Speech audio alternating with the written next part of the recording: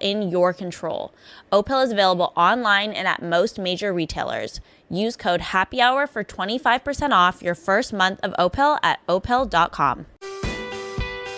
Hey everyone, welcome back to Bachelor Happy Hour. I'm Joe. And I'm Serena. And we are here today with our lovely guest. She's been on this podcast before, but last time we talked to her was episode 2. Zoe, welcome back to Bachelor Happy Hour. Hi, thank you for having me. Of course. Okay, Zoe, so we got a lot to talk about. You've been officially casted on Paradise, Hometowns, Fantasy Suites, the finale. I know you have a lot to say. Where would you like to kick this podcast off? I don't know. I mean, one of those topics. Oh, okay. We're starting at those topics. I mean, there was stuff even before that. I think, let's go to the beginning. You want to just go all the way through? Yeah, I want to go all the way through. I think some other people have been on podcasts, like maybe like rewriting history. I think we saw, obviously, I got a tough start into the house and to this whole journey, I guess you could say. And I think since they were allowed to talk about me at the tell-all, I want to clear up some things. Is that when I took him to the rooftop, it was after like 5-6 hours of playing basketball. We all had a chance to play with the kids. We all had a chance to play with Grant and stuff. And then we were playing the game. Things did escalate, and I was one of the few people that was like, hey girls, like let's just like back off a little bit and slow down. When Beverly wasn't feeling well, I told her, hey, go sit with Grant. Like, you know, I was always trying to be aware of other people's feelings, and I feel like you know, most of the girls, they stood up for me, and they will obviously tell you that now. But I think, and even the audience, you know, I've had people DM me apologies and stuff. But yeah, I think it was just a high stakes environment. A lot of things were said to me and at me. And I think that I actually handled myself a lot better. And yeah, and then I had to basically exist in that space going forward. So I don't think it was kind. And I think people saying that I'm misunderstood or that I had to like fight my way back to be friendly in the house, that's not the case. Like, you don't, it's not being misunderstood. It's that people judged me and they were incorrect. And a lot of the girls apologize. I also want that to be known as like, I'm great with everyone now, like Ellie, Joe, Seraphine, I love them all. But yeah, I think it was just a tough start. And I think the audience didn't really get to see the whole picture. And like, you know, and then going into episode 2, it seemed like I was just like crying because like, oh my God, I didn't get extra time with Grant. And that absolutely was not the case. I'm such a type A person. I think people forget, like, I'm an engineer. I was working on Wall Street, so I'm used to like getting the right answers. And all the girls were so excited to see Hannah Berner, but I was so excited to see Daniel from Shark Tank. Like, I was like, oh my God, Daniel from Shark Tank. Like, I'm, you know, trying to win him over, and I'm not getting any rewards. And like, it was such a large group date, and by that time, Grant had already formed connections with some people, so it was kind of like, oh, like I'm drowning in like all aspects of this date. And there were lots of comments made to me throughout, again, between the first date and the second date. And I didn't do anything to anyone outside of what Grant saw. And he said he liked that I had taken him to the rooftop the day that it happened. And so it was just kind of like I was drowning. Like, that's why I was upset. And I also think that like a lot of the girls had the same, they were, you know, on the same page. And I always want to be the person, like, we don't all have to think the same. So like me being like, no, I didn't have fun today. Like, it was just so stressful. It was to open a dialogue for like anyone else that was also feeling the same way. It wasn't like, oh my God, like, look at me, like I need the attention. And so I think, as we said, the girls got to know me and they were like, yeah, I think we just maybe thought one thing. And so I think after that day, and again, even that night, when I told Grant, I was not sitting there listing off names and listing off grievances. It genuinely was like, I am fighting for my life in this house, and I want that to be known of like why my energy has shifted on this date. And for him to then come in and kind of drop the bomb and not actually like support me in that situation was a bit off guard. So like, that's kind of why I just like pulled away and like kept to myself. But yeah, I wanted that like to be cleared up. And as I said, all the girls after that night, a lot of them either came up and apologized and or like we hashed it out and we're good. Did you watch the Women Tell All? I did. Yeah. Okay, so that's one thing I'm not a huge fan of, when someone's not there. I know we were hoping And- we would have loved to see them bring you just for a segment at Yeah. least, because it's hard for the girls because they obviously are going to have to speak on what happened, but then you can't have this like full dialogue that Yeah. includes you. And we did see Serafina kind of try to jump to your defense at points, but it's not the same obviously as like words coming directly out of your mouth. I think words coming out of my mouth, but also like to see that I don't have any issues with anyone on that stage. And I think that's That's not what it felt like watching it. It's not. Well, first off, Ally Jo, she's allowed to speak her piece. She was the one involved in this, you know, and I'm glad that she got to stand up for herself. I don't mind that. Another girl that did need to give her 2 cents and what she was saying wasn't true. I don't appreciate that. But I know, and I think too, a lot of people don't want to put the target on their back. So maybe people who did agree with me or understood me like aren't going to speak up because they don't want to get involved in the drama. But I think that is like when people see like, oh, like I'm friends with everyone or the majority of people, like it's not like it's not the narrative of I was not in there to like not make a single friend. I'm a very reserved person. I have been through very tough things and I've dealt with very, you know, different situations where it's just not been good to just be open and vulnerable. And I think going into a place like this, when we are literally all competing for the same prize, to me, it's not my natural instinct to be like, I'm going to go in here and be best friends with all of you and be fake, because that's just not me. And there was some things that were being said at the very first night. I was like, I don't vibe with. So I kept to myself, but at the same time, in a respectful way, or like in ways that I thought was being respectful. And as I said, at the end of the day, when I got to know people genuinely, then I'm genuine friends with them. And I do love them and I want to support them. And I'm so glad that we all were in this process together. But that's the way I operate. If someone else operates differently, that's not wrong. But if my biggest flaw is being reserved and, you know, keeping to myself, I'll take that. What do you feel like the shift was from your relationship with the girls in episode 1 and 2 to kind of 3, 4, 5? It feels like after episode 2, things did start to look up and your relationships did start to form. Well, as I said from the jump, I expected people to be like, oh, she's stealing him. She must like want the attention. She like must want all this time with him. And as I said, when you were there and you understood we had been playing for 5 hours, it's not like we just stepped foot in the basketball court. Grant, can I take you? That's disrespectful. It's not like I had the one-on-one and then I'm taking him. That's disrespectful. If I had kept doing it on other group dates, which like the next finance date, I could have sat beside him. I could have stolen him, but I didn't. And so I think when people assume that that's the way that you operate and they're realizing that's not, as I said, it was just to make my mark, let him know that I'm here for him. And after that, everyone do their own thing. Like, and I think once people realize like, oh no, she is just like, that was it. That was the one thing that she wanted to do. And like, you know, and at the same time, all these girls saying, I wouldn't do it. Guess what? I made the top 3. So maybe that is what made my journey different than yours. And I'm grateful for that. Speaking of making the top 3, I think a big story surrounding your story was the fact that you didn't get a one-on-one date. And I think a lot of people were like, I'm not giving you enough credit for being there. Yeah. Just almost like you were by default, like it was you. Can you kind of talk about that situation and your relationship with Grant and stuff that we probably didn't see? Yeah. I mean, I think well, first off, I've seen a lot of like disrespect as far as that goes. I think people forget that there's only one wife, fiance at the end of this. And you're keeping people around as like your relationship with them could change. It could get on par with someone else's. So to sit here and be like, oh, they have no chemistry, they have nothing, or like he just wants her because she's attractive is insanely disrespectful. I am accomplished. I'm well educated. I am driven. I am kind. I am a great supportive partner. There were so many qualities, and Grant knew those.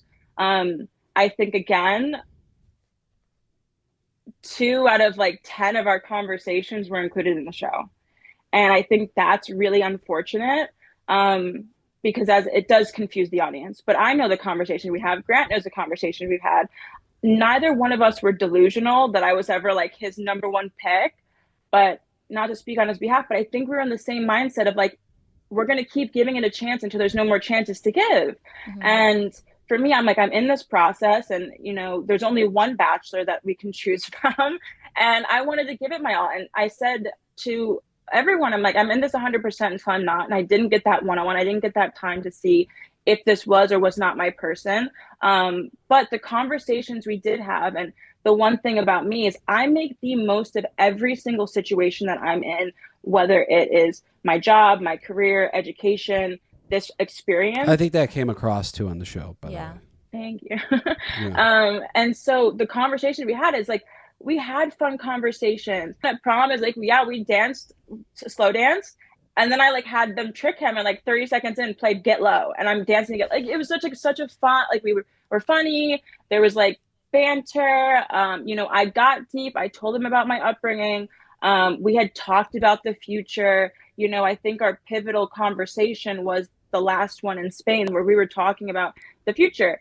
And again, not as like, this is my man, but like it could be. And I think we both were in that boat. And I think, as he said, if he's already had one-on-ones with people he knows are not going to be his wife, and we haven't had that opportunity, of course, like, give me the chance. And so I think that's what we both were doing. And, and for me, meeting the family, like, it's a big deal, but I don't know. I guess I'm a little delusional. Like, I'm like, I don't care. Like, like I'll get married tomorrow if I meet the right person. So as I said, we signed up to be on The Bachelor. This is not the craziest thing in the world that you could get engaged without having a one-on-one, So I don't know. That's just the way true. I think. A lot of girls were so hesitant, even when we were in Madrid, being like, I don't think I could get engaged at the end of this. I'm like, oh no, I just need one day. If I have the right conversation, I need one day. So I think that different mindset and the different way of dating, leads me to be love bombed sometimes. But like, I don't know. I like it. I'm fine with it. No, and I also think people that haven't been on the show, it's easy for them to say like, and everyone's different. Some people couldn't do it, but some people would probably surprise themselves and be like, oh yeah, no, maybe I could do it. It's such an unusual experience. But so looking back, I think a lot of people felt like surprised or confused as to how you got all the way to Fantasy Suites based on the little we saw of your relationship and those conversations. Were you surprised at all? Or were you like, no, this totally makes sense to me. I have clarity on where we're at. Oh, no. I mean, I was insecure throughout the entire process as far as where I was on the radar. He never gave me like some reassurance, like you're the one or anything like that. And it was kind of the opposite, but I felt why I kept having to like prove myself and my intentions is he actually kept like every conversation questioning my intentions, questioning if I was emotionally available, if I had depth, if I could be loyal when we got outside of here, which is absolutely crazy. If you know me and like my friends, like I'm the most loyal, sincere, authentic person you will find. I'm not going to say yes to a proposal. I'm not in this for the game. I'm not in this for the TV show. I'm in it for a husband. I think that is why I kept pushing and trying so hard in a way that I would not be doing in the real world, because I'm like, if this is my man and this is our one opportunity, me not having a one-on-one at the end of the day, like we'll get married. It doesn't matter. We have a lifetime of one-on-ones. But I think knowing my qualities and knowing that connection that we had, as I said, I think I knew until the end that like we were both giving it a chance. And I think it just, he only needs to pick one, right? So why do you think he was questioning your loyalty? I think there's something about me where people like always assume I'm different than I am. I feel like maybe you guys, even when you probably watched the episode, you're like, oh gosh, like this girl's not making it far. Like she's, just very, very I'm a very confident woman. I'm driven. And like, I think that and I came in, I'm already modeling. I live in New York City. I think I'm the archetype of someone who could just be here for the wrong reasons. Or what we've seen maybe in the past on the show. Exactly. And so I think in his head, his like biggest fear was choosing someone who was here for the wrong reasons. I think we forget he was on Jen's season where we had the biggest like dupe of, as far as I know, in like Bachelor history. So I think him coming off the back of that, I was probably like, fearing that like maybe people like me were doing the same. And I'm like, no, like I'm already living my life. I am successful in these industries. I genuinely just want a husband from this experience. Like anything else, great, but like I'm Yeah. not thinking about those other things. Um and At then I any think point, at any point, did you start to question if he was your person? Like if he's constantly questioning you and your character, were you at any point like, maybe I don't know, or were you like, I'm gonna keep progressing this forward until the end? Because we hear you say near the end, like, you've asked me so much, but like I don't know if I know enough about you. I don't think I was ever like questioning, like in the sense of like, oh, I need to leave this experience. Like he's not my person, because as I said, until the very end, because we didn't get that time. Yeah. And so, and maybe this is also like the bad part of the trauma that I have of like feeling like I have to constantly like prove myself and like not stand up for myself in a situation like this. Um, but we hadn't had that time where I could be definitively like, this is not my person. If I'm being told he's a good man and he's husband material and he's looking for a wife, like, then let me just stick it out until we get that time together. And I knew, worst case scenario, when you have an entire night with someone with no cameras, I'm going to get the answers that I need. And ultimately, after overnights, I stood on business before we went to overnights. And my conversation with him was not, let me know more about you. It was, I've been given the short end of the stick in this experience. You knew that I told you I was being bullied or like, put down and was not feeling comfortable. And you kept having me on these large group dates and competitive situations, never gave me that opportunity to just open up and be vulnerable on a one-on-one time. And were questioning me throughout this process. And I'm still here. And if I was here for the wrong reasons, I would, have left not getting that one-on-one and the fancy date.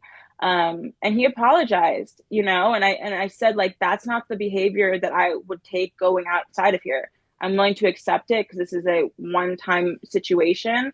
And so that was kind of the turning point for me. I was like, I don't want my man to think that I'm not worthy of romance and kind gestures and to be his number one pick. And I think we got to overnights. Listeners, are you looking for a shortcut to better auto insurance for you? Something that takes all the research. Everyday bra. That's why you feel like you're in panties. I have a gorgeous nude one. I have sizes. Hi, it's Karen. By alerting you of an imminent collision and automatically applying. And I'm the founder of Meaning.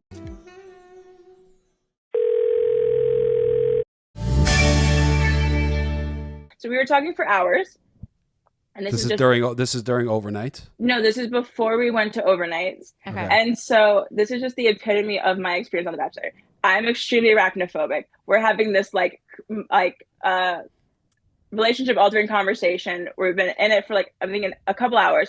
All of a sudden I see a cameraman looking down, and then in my line of sight was my number one fear was a tarantula crawling around outside. I've never seen one in my life. And it was not like, this is not funny. I had a full-blown panic attack. I'm crying. I'm shaking. I'm like, get me the heck out of here. I cannot stay here.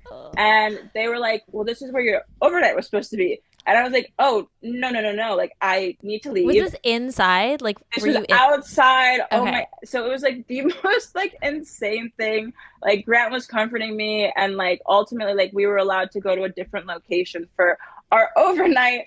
But I think that ultimately not only put me like in this like high stress, but it took away a couple hours of our like overnight. But by that point, we had our conversations, and I think that was the point I realized, like, oh, like, I don't think this is my man. Like, it was not what I was hoping to get out of the conversation. I don't feel like I was being seen as my full person. I felt like I was being seen in like one category versus another category. And I need someone who loves and wants to accept all of me. And so when I left the overnight, this was the first time I was like, I don't think I would say yes if he gave me a rose. And ultimately, like, I didn't have to come to that decision. And another thing, did you think you were going to potentially have to come to that decision, or did you kind of know it wasn't you? Well, so I thought it was 100% Latia. That was going to end up with him or get sent home that that week? was going to end up with him. Okay. Okay. And so I'm at the end of the day, I'm like, it's a 50-50 chance that I get the second rose. Right. But I was like, there was nothing life changing about our night. So I'm like, I genuinely, I had no clue. Cause I'm like, if I'm still here, I don't know what, you don't get to see other people's relationships other than Latia kept getting validated. And that was obvious. Did you see that though? Because you're saying you saying 100% is pretty, like you're an analytical person. You said you've worked on Wall Street. If you're throwing 100% out there, 100%. what evidence do you have to back that? Well, this is it. And what I think people don't realize is Juliana and I were in the same boat up until Scotland, right? I mean, obviously she knows her conversation I know the conversation I had. But as far as like validation, Latia got the first group date rose. Latia got a 3-on-1. Latia was hand selected for the 1-on-1 from the 3-on-1. And then she got the final 1-on-1. And just knowing her, she's an amazing woman. I was like, oh, like it has to be her. Like, you know, like, so, and we only had so many, he had only had so many 1-on-1s this season, which is the other reason why I was not so salty about not having one. There were only, 7 of them? Yeah, it was a super short season. Yeah. And so to my knowledge and based on our conversation, I was thinking it's 100% Latia, but he obviously, you know, but maybe he you just don't know what people are thinking. And, so I was just like, I don't know. It might be me. It might not be me. Like to be second. And I was like, I don't know if I would say yes.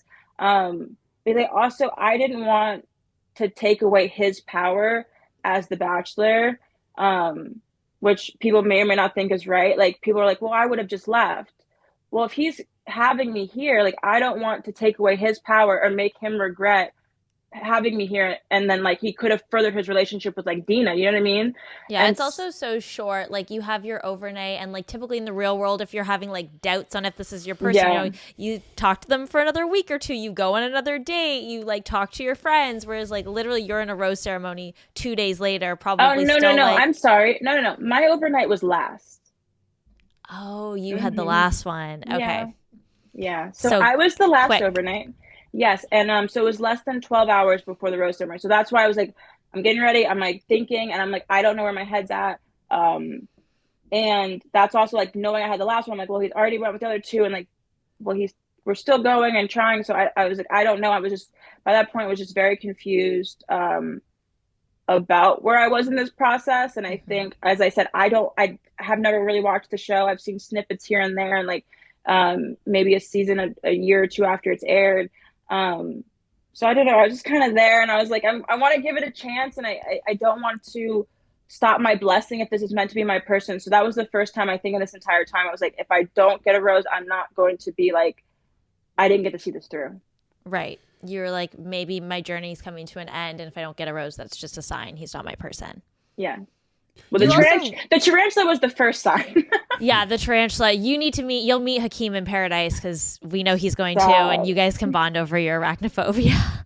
They're definitely going to put something's going to happen with that. No, keep your eyes peeled. You mentioned earlier in the conference. I want to talk a little bit about the Latia of it all from last night, but you mentioned you have stuff to say about the Carolina situation of everything. What is your opinion on her? All of that from the season to what you watched at the Women Tell All to now, maybe if there's been more. Yeah. So I think, because the thing I don't like is that I'm being looped in on like, we did the same thing and therefore I should be defending her. That's not the case. What actually happened is the same woman who kept attacking me twice on 2 group dates attempted to attack Carolina off camera after the rose ceremony. And I straight up said, we're not doing that. No one stood up for me, but I'm going to say. Who is this woman? You don't want to say? Not gonna say. Okay. And I said, we're not doing that. It's been a long day. We've been drinking. We're going to go to bed and we'll talk about this when we're sober. So I did stand up for her. I said, what you did was wrong. She had the rose. She took a very long time during the cocktail party. Girls went home that did not get to speak to him or were speaking about her when they were getting sent home. So girls had the right to be upset the same way they had the right to be upset about me, but we also need to be kind when we're addressing our frustrations with one another. And so I did stick up for her. I don't, but, and then the other thing that was, I think she rubbed every person the wrong way continuously, whether or not you were on her date. So it started with that. And then it went to, well, she was having on and off camera conversations. So we're like, what are you talking about, an off camera conversation? We're like, we're on a show. So that part, I think, rubbed some of us the wrong way. With Grant or with the girls? No, with the girls. And that, and then wouldn't tell us what the drama was about. So we're like, well, you just monopolized all of our time. And now you're trying to have certain conversations on camera and certain conversation off camera. That's kind of calculated. So we did not like that. She like wanted selfies, wanted to stop the bus on the way to our group date to take a photo of herself. But my final straw was, we were trying to kindly talk to her. As you saw, Juliana took her away because we didn't want to attack her in the group. Let her know what was happening. We come back and we're just like kindly saying, these are kind of the things we've been seeing. One by one, no voices raised, no cussing, no one talking over her, giving her a chance to speak. And her initial reaction was, y'all are attacking me. Why are you attacking me? Zoe, I stood up for you. Why are you attacking me? I was like, this is not an attack, girl. Like, this is accountability. That's not an attack. And it's not even accountability. It's just we're telling you questions and our concerns. Nerds. Listeners, are you looking for a shortcut to better auto? Who doesn't dream from bras and shapewear that I have a gorgeous .com now to shop style spots. The standard forward collision of 314. In at every age. Learn. Suicide. Dial 988. I think all we've seen her blame Grant. From Carolina in that interview. Yeah, so we do have Carolina coming on for an interview on Bachelor Happy Hour shortly. What would you hope to see from Carolina in that interview after watching the season back, as well as how she handled Women Tell All? You know, I hope just like accountability. I think we've seen her blame Grant, we've seen her blame production, we've seen her complain about the format of the show. We all agreed to go on it. We all did and behaved in the ways that we didn't and behave. And I think that it's just just to stop with the digs and just to say like, hey, I could have done this differently, or maybe I should have just left if I wasn't in this 100%. Yeah, and just move on. Mm-hmm. Yeah. All right, so let's cut to the finale. You're someone, you were there. You probably know better than everyone watching. Latia ends up being sent home. Now you're saying you 100% thought it was Latia. It seemed like Latia 100% thought it was her. What are your thoughts on everything? Latia essentially said Grant, led her on the entire way, all the way up until the end. And did Latia ever open up to you about how much Grant was talking her up and validating her and basically making it seem like she was the one? So I think that she is 100% valid.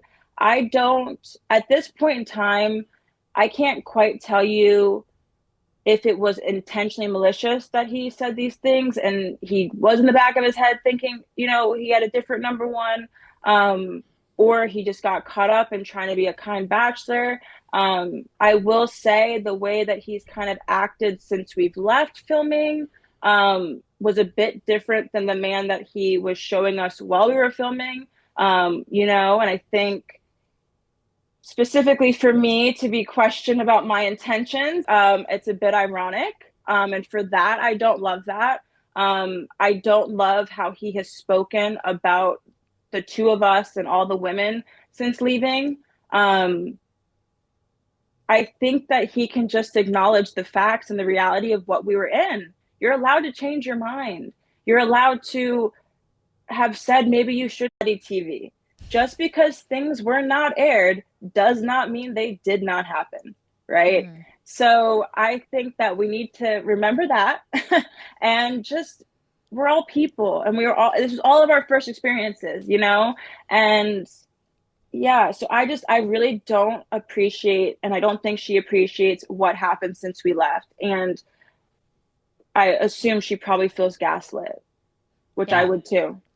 It sounds like the time between filming and everything airing was probably really stressful and tense for a lot of reasons. Once cameras dropped at the end of AFR and the season officially has wrapped, what was the energy like in the room amongst everyone? I think we were all glad it was over. I think it's for some of us it's been a much more tumultuous journey. Like, I didn't even admit I was like relentlessly cyberbullied for like the first 2 or 3 weeks of this show airing, like completely unjustified. And then her having to deal with this huge public heartbreak and probably embarrassment. And also like you're tied to him until you're off the show. So it's kind of like this really long process of like rehashing old wounds over and over and over, and you kind of can't move on until it's all said and done. And at this point we're 2 days removed, so I think we can all finally get back into reality. But I think it was tough. I think it's tough for her, but she is a beautiful, confident woman who is going to find her man. And I think him and Juliana are great for each other, and they will hopefully have a happy long relationship. And I think like it makes sense and we're happy for them. I think it was just like the process was just confusing to a lot of us. Do you think they will? Do you think Juliana and Grant will make it? I only know parts of them. As I said, I think Grant had a lot of pressures on his shoulders to be the Bachelor. I think maybe he behaved and said things that he maybe was trying to be a certain persona than who he really is. But if she's supporting, his desire to do music and, be a little bit more on socials and doing and saying these things, then good for her, girl, and good for them. I hope they last. Like, I love love. And, yeah, as long as they're genuine with each other. Mm-hmm. Okay. I was going to say, before we let you go, we have to quickly chat about you had a hot seat at the end of the night, which was so exciting. We see that you're officially invited to go to Paradise, and we also get an announcement that some of the golden contestants, we see Leslie and Gary come out, are going to be joining as well. Give us all your thoughts on that. I'm excited to be in Paradise. I thrive in an ocean setting. So do you have your eyes on anyone? Okay, so not really, because as I said, I didn't watch this. I don't watch the show. Like, I was just thrown into this space, so I kind of did a little bit of research, screenshotted some like random names. I'm like, this guy's kind of cute. But like, I don't know, no one like 100%, but there's some cute guys in Bachelor Nation, so we'll see. Hopefully not a TikToker though. I like a man with a job. Knowing what you know now about your experience on The Bachelor, where is your headspace going into Paradise? Yeah, a lot of people ask me like, aren't you like, this was not like great experience for you? But I do love the people running Paradise, and I now know what Bachelor Nation is like outside of here. And I also am grateful that it's like I don't have to just go in there looking to chase some man and like breed my insecurities. Like, I can go in there as a confident woman, and if these men, like, if my person's not there, I don't feel like I have to like prove myself to one person. And I'm excited for that, to have more power and autonomy. And I also think like there's more love and like couples that come out of it because there's like a better chance. So I just want my person. I want a husband, and so I'm really excited for that potential. And hopefully this will be my love story. Yay, we hope so too. Yeah, we're excited for you. Thank you so much for taking the time out of your day and talking with us. And yeah, that's pretty much it. Yeah, thanks, Zoe. Yes, no problem. Thank you, guys. and thank you to all our listeners. Thank you for tuning into Bachelor Happy Hour. Make sure you stay tuned, download, and subscribe to the podcast. Thanks for listening. Bye. Listeners, are you looking for a shortcut to better auto insurance for you? Something that takes all the research off your plate? Something that's easy? Something that matches you with lower rates? Something genius? That's where Bye. Thanks, Zoe. Yes, no problem. Thank you guys.